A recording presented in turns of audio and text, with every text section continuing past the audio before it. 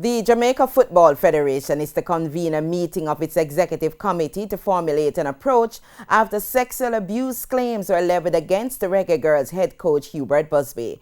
The story was first reported by the London-based Guardian newspaper and picked up by the Canada-based City News earlier today. It's the second coach of the now-defunct Canada-based Vancouver Whitecaps women's team that has had sexual abuse allegations leveled against him. Retired Vancouver player Ciara McCormack, in a 2019 blog post, accused then head coach Bob Biardo of sexual abuse. The Guardian newspaper has outlined a series of events following an interview with Mallory Enoch, who said the former national goalkeeper made inappropriate sexual advances towards her in the 2010-2011 season. Busby, a Canadian citizen, was first appointed to the national senior women's team as goalkeeper coach ahead of the team's debut at the 2019 World Cup, but was promoted to head coach in 2020 following the resignation of Hugh Menzies. JFF President Michael Ricketts told TVJ Sports the JFF's executive will meet with the 51-year-old next Tuesday, but says Busby has denied the allegations.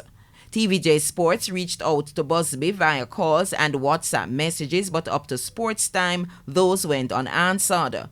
Busby also denied Enoch's allegations when the London-based newspaper spoke with him. He also denied the claims that his contract was not renewed due to any inappropriate behavior. Busby reportedly told The Guardian, quote, "It was more about where they wanted the program to head to at that particular time and where I thought the program was at as well. I was offered a contract renewal and we obviously couldn't come to terms. When I went to discuss the contract renewal, we decided to go in another direction," end quote. The next FIFA window for international friendlies is November 23 to December 1.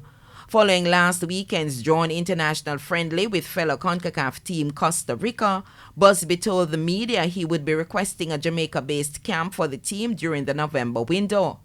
The CONCACAF World Cup qualifiers will be held in February 2022 after the Confederation was forced to delay the start due to travel restrictions associated with COVID-19.